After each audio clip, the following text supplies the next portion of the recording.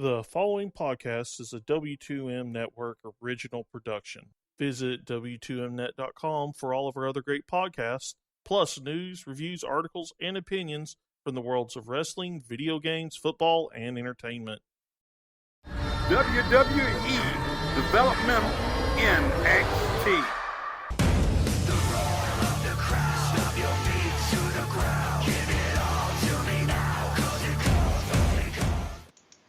Hello and welcome to the Wrestling to the Max WWE NXT review for March 1st, 2017. And I am your host, Sean Garmer, and here without me again, or without us, because Gary is usually here. I don't know, I'm not thinking of something else. Paul is not with us here again because he says his stomach is still hurting him a little bit. But you will not be hearing the regular W2M Part 2, where we will be previewing the Fastlane pay-per-view that happens on Sunday and the New Japan anniversary show that happens on Monday. We pushed that to Friday night, Saturday morning because Paul said he thinks he's going to feel better by then. So hopefully we can be back to our usual jubilant trio by then. But thankfully Gary is here and we can do some NXT. Yes, sirree, and I'm excited about talking NXT, and once again, I mean, it stinks that Paul can't be here, but at least when you do listen to that show on Saturday morning, you'll have an opportunity to hear all of us cover Fastlane, so we're just going to let you guys know that there will be a great preview for you right there. But yeah, I'm excited about talking NXT. There's some cool stuff going down. Yeah, it was a title fest here. The only title that wasn't defended was the main NXT Championship. The other two titles were defended on this show, as Asuka takes on Peyton Royce, and DIY gets their rematch against the Authors of Pain. But we didn't start there. We started with a little short filler match for Patrick Clark taking on Sean Maluta. We have seen Patrick Clark, I think we've seen him a couple of times. I know we saw him once where he debuted the sort of Prince gimmick, and it was sort of in the early stages with the, he had the boa thing and all that. I don't know if we've seen him other than that, but yeah, I mean, he came out with the gimmick here in the white shirt again, sort of, again, like Prince. He hits some big moves on Maluta, including the Famouser, which is his finisher, I guess, for the time being. This was a good match, but I don't know. There's a lot from Sean Maluta here, so, I don't know really what this accomplished other than, okay, hey, it's Patrick Clark again. Yeah, and I'm still trying to work my head around this gimmick that he's trying to get over, and that's, the whole Prince thing, I guess you'd say. I don't know. I mean, to me, the way he speaks, the way he kind of portrays himself, especially I think I'm kind of stuck on the way I saw him when we were watching Breaking Ground, that, he seems like a very serious guy, and for him to be doing this, it's kind of weird. Kind of out of character, but then again, tough enough as well. Just yeah, it's crazy, like how and then he had that. I don't know. I mean, I haven't paid attention to his Twitter in a while, but for a while, I think before he did that gimmick, he had this thing where he was like anti himself. Because remember, he was the smarky guy of Tough Enough, and then all of a sudden now he had a gimmick where he was hating on all the smarks. It was funny. Yeah, exactly. So he's gonna, in a weird place for me at least, just by watching him. So I'm feeling a little awkward about it's just, I see this guy as being a good wrestler. He's not great, but he's a pretty good hand. And I really kind of wish that they'd put him in a place where he's like a Lance Storm. I know it's weird to say that, but Lance Storm was very serious, very methodical, and I think Patrick Clark would probably be more believable with that, just by his manner of speaking. I think it would even kind of match his wrestling style at times, but I don't know. There's a reason they're doing this. Maybe he likes this, or someone in creative really enjoys him in this role. So we'll see. Sean Maluta, you're right, Sean. He got a lot of offense here. He looked really well, and more power to him. I'm very impressed with what we're seeing so far with him. I think there are bigger, brighter days for him. Right now, they're happy playing him in the role of, looking good but losing. He's not much of a winner at this point, and maybe they'll get him down that line eventually, but I think he's a great competitor. Yeah, certainly. He is. He works well. I mean, obviously, has the family pedigree. He impressed in the Cruiserweight Classic, and he continues to kind of just do his thing when he's given the chance to be on NXT. Sanity is around the burning trash can, and they're still going after Ty Dillinger here. And Eric Young wants Ty Dillinger to let him know that he can bring Ty Dillinger down with him if he wants. And Nikki Cross also says something, but I can't really remember what it was about, honestly. She basically said she said, they'll take Ty Dillinger down or they'll burn the world down. Something like that matter. So. Some, whatever. The stuff from Sanity. I didn't think it was, particularly memorable or anything. And then you get into the Asuka and Peyton Royce match. Billie Kay is there at ringside, even though she doesn't really. Thankfully, they don't really have her get involved too much. It was really a kind of a time for Peyton Royce to show a little bit of herself. And I thought this was actually maybe the best we've gotten to see Peyton Royce with Asuka, obviously. Getting to come in and win, as you'd expect, as they've really been hinting this whole thing with her and Ember Moon. Or Ember Moon keeps saving her, or keeps coming in, so that that's where we're headed for the NXT Orlando. But I mean, I enjoyed this match. I wouldn't say, again, I'd say good. It's not anything spectacular. Mm-hmm. Yeah, and this is why this isn't going to be, what we were thinking down the line of like a NXT TakeOver Orlando or anything like that. We kind of knew we weren't going to get the perfect match out of these two. It was going to be good, solid. That's exactly what we got. But I'm happy with it. I think at least we got a chance to see what they kind of wanted to do here. And right now, with Peyton Royce not being the victor, now you have Billie Kay jump in and attack Asuka and all that, and try to even the score a little bit here. And it makes you also still question, is Billie Kay ever going to have that opportunity to go for that title? But as we sit here, following the match, and Ember Moon comes out to protect, Asuka to an extent, I think now, with the way that kind of ended there with Asuka holding the title in front of her face, and the way they looked at each other, this is the next phase. That's where they're heading into. And that's a little bit more intriguing right now. But I still feel like, you're going to have Billie Kay and Peyton Royce still involved somewhere down the line, and that's fine. But, eventually we've got to get to the point where we're, having them move out of the picture, because we know the kind of final result. So I'm okay. I'm pretty sure they're going to have a match with Billie Kay at some point or something. You still got time here. Exactly, you're right. And that's what I was kind of wondering, because of the fact that we still have, a little while before WrestleMania. We got a whole month now. It's exactly a month. Or a little, actually a day under, or whatever. But, Yeah, there's plenty of NXTs to come before NXT TakeOver Orlando. So I think overall, though, Sean, I look at this and say they had a good match here, the good championship match. They'll probably have maybe another championship match in between here in WrestleMania, and then we'll get, the song. But at least it was good. At least it wasn't something they let us down. I felt like they kind of fulfilled what they were planning on fulfilling. So I'm happy with that. I really am. Yeah, and Peyton Royce did a good job working the arm, and she did it throughout the match. So, there was continuity there. Asuka just kind of kept coming back, and Peyton Royce, got the near fall. She got the big spin kick, and then just, she couldn't do it.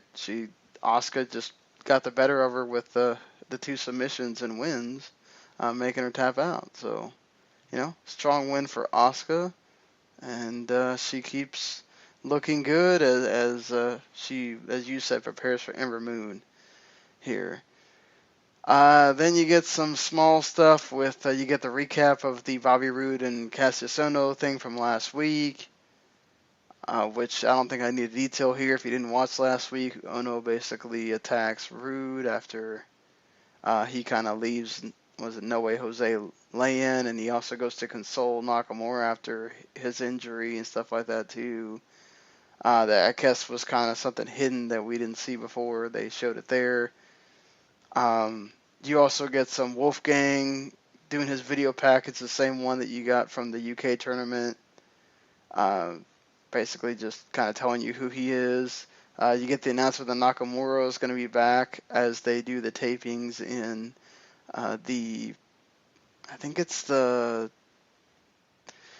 same play at the college of UCF that they've done this once a year. Usually right before they're about to go into the Mania Takeover, they do some shows there.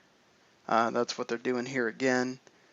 And so we'll get to see Nakamura on NXT once again. And then we get the main event, which goes just about close to 10 minutes, with the Authors of Pain defending against DIY. I thought this was actually pretty good. I mean, once again, people kind of seem to underestimate the Authors of Pain, and they deliver here. Of course, it helps when you've got great guys like DIY in there with you, but DIY knows exactly how to work with them well. That double powerbomb spot was great. They had the opportunities there with those double submissions, and then the Revival come in and attack them to get the DQ, which obviously you kind of figured after a while the Revival needed something to do because of TM61 getting hurt and everything. So afterwards, renewing that rivalry with Gargano and Ciampa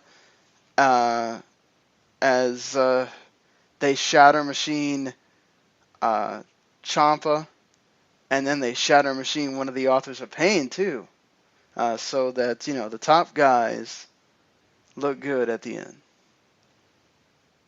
Now, before I touch on the main event, I do want to talk about really briefly about what you were just talking about when it came to the video package highlighting everything with Kassius Ohno and Bobby Roode.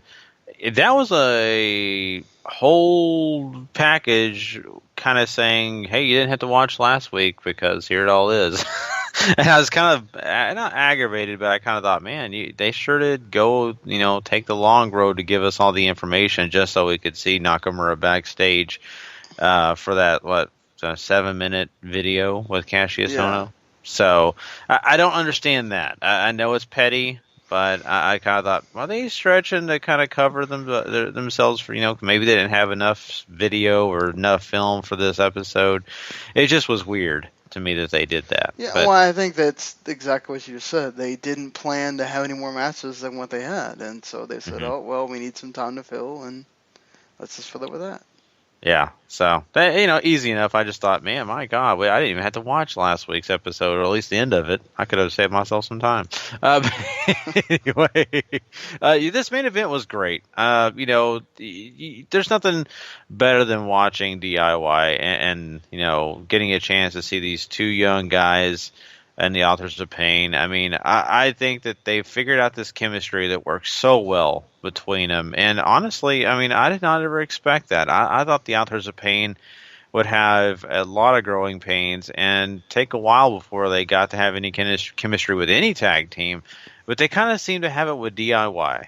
And they kind of seem like that they are getting more and more comfortable, and I like this. I like the fact that, once again, we get the double submission like you were talking about, and the only reason that possibly they're not the champions now is because of the fact that you have, two guys come out that are complete rivals and jerks and guys who are the complete bad guys in the Revival, and, that's something someone would say maybe that's old hat, but no, I mean, this is good for NXT.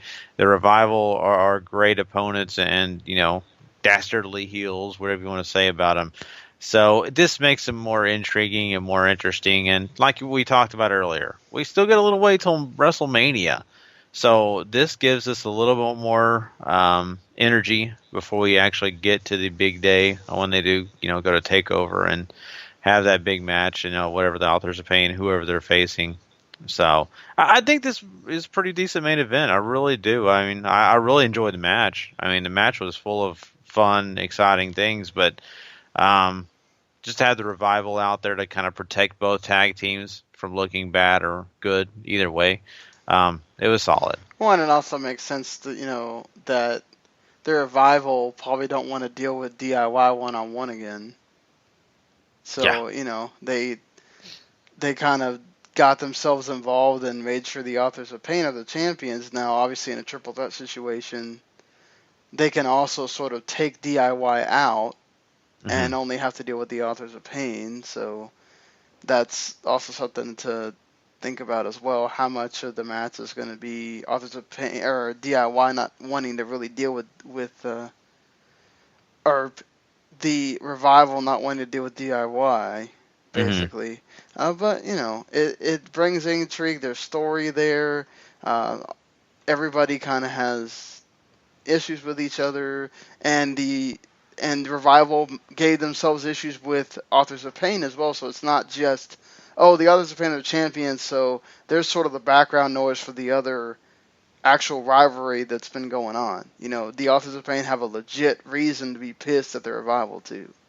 Exactly. And how many times can you say going out of an episode of NXT that the Authors of Pain are the ones lying on the mat? No. Not many. Never. I don't think any. Really, never. So, I mean, this is once again proof that they're setting the table for a very interesting, triple threat at this big TakeOver Orlando. And that just it's a kind of a sneak peek into maybe us thinking otherwise that, Authors of Pain are just going to win. Maybe it's not going to happen that way, So I like that. I once again, I mean, they kind of showed you a little bit of something here by, the Revival looking good walking out of this one, DIY having a great chance to win this match, and Authors of Pain, for the most part, still being dominant. Yeah, exactly. Authors of Pain look good. You even had Ciampa be the face in peril guy, which is different because it's normally Gargano, and then Gargano got the hot tag, and so good stuff here. Really, I think it's short enough to where I think you could definitely watch it, and you don't. I honestly, I think this is a very watchable episode of NXT. I mean, if you really don't care about Patrick Hart, you can skip that 3 minutes. There's also parts in the middle where you can skip with the Rude No-No. But just watch the 2 title matches. It's a total of 18 minutes of your life, and you get to see Peyton Royce and Authors of Pain do some good stuff against, some tough champions and some, great working champions. I don't think you go wrong there. I agree. And, there is, that promo with Sanity that's nothing super special. But I do want to say I have this weird, scared feeling about them being too close to the creepy factor of, hey, maybe they're kind of too much like the Wyatts, maybe too not. But here's the one thing I do appreciate, the fact that, Eric Young does bring a different component in the way he does things. So, sure, even though it's kind of having creepy, a woman and Nikki Cross there, too, it adds a different dynamic. You're exactly right, and those are the only 2 that really talk. So that's the biggest positive you have there that's not like the Wyatt family. I'm glad you brought that up. So, I mean, I know this is something small in this episode, but if you're going to watch this, watch the promo. Also, it doesn't take any time. You've got 2 UK guys as the other 2. It's going to kind of throw people off a little bit. They start talking. 'Cause you've already got Nikki Cross talking. And you kind of hear, she can hide that accent a little bit, but you put Mr. Kilbane or Alexander Wolf, they start talking, it's like, whoa. Yeah. Exactly. So, if they all start talking, the group name will have to change from Sanity to the UK something of another. I don't know. The Nasty Euros, whatever. There you go. So, but still, I just want to tell people, if it's worth it a chance to watch this promo. It's like 7-10 seconds long. It's not very long. It takes very, very short term. But I do like the ambience and all that about Sanity, and they're giving you something here to really think about and to kind of see who they are. So I appreciate all that. And like Sean said, in NXT, that sure, the matches are good, but you don't have to spend a lot of time with this show. Yep, 20 minutes, not bad to watch a show. So, that being said, we did this whole show in about 20 minutes. So, go us. But, yeah, if you enjoy what you heard here, hopefully you've heard us before. But if this is your first time hearing us, maybe you're itching for some kind of an NXT review. First of all, thank you. And second of all, make sure you check out our other stuff. We do reviews of the other WWE shows that go on throughout the week, 205 Live, Raw, SmackDown. And, of course, we have our 2 episodes that we do each week where we do talk about other kinds of wrestling. And, of course, you like that New Japan Pro Wrestling as long as Paul is healthy. We usually do, if they have a big show, like with the anniversary show, we usually do a show separate to talk about them and that show, which hopefully for the anniversary show on Monday night, we'll be able to go back to doing the just single shows for those. But,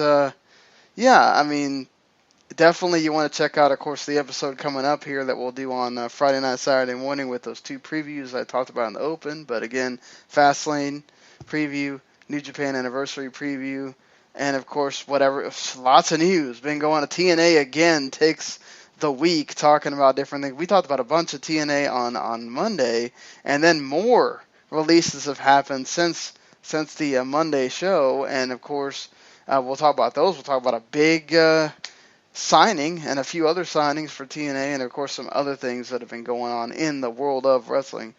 So you don't want to miss that show. Yeah, for sure. And don't forget, everyone, to go check out the W2Mnet.com. You can, of course, find all the podcasts right there. And, of course, the written reviews and all the other great content that website has to offer, including video games. The big video game section there, lots of great reviews for that as well. So it's a multi-universe. It's not just wrestling. It's got other things on there. We want you to go check that out. And don't forget also, if you want to go subscribe and get this stuff in your iTunes or whatever you use, Stitcher, go ahead and subscribe to Wrestling to the Max. Or if you want everything we have to offer, go to the W2M Network and subscribe there. You can not only get just our show, but lots of other great shows, other wrestling shows and other sports and all the other things that come with this W2M Network. So there you go. All right. Well, until the next time it's time to talk NXT, we will see you later. Ta-ta. The following podcast is a W2M Network original production. Visit W2Mnet.com for all of our other great podcasts, plus news, reviews, articles, and opinions from the worlds of wrestling, video games, football, and entertainment.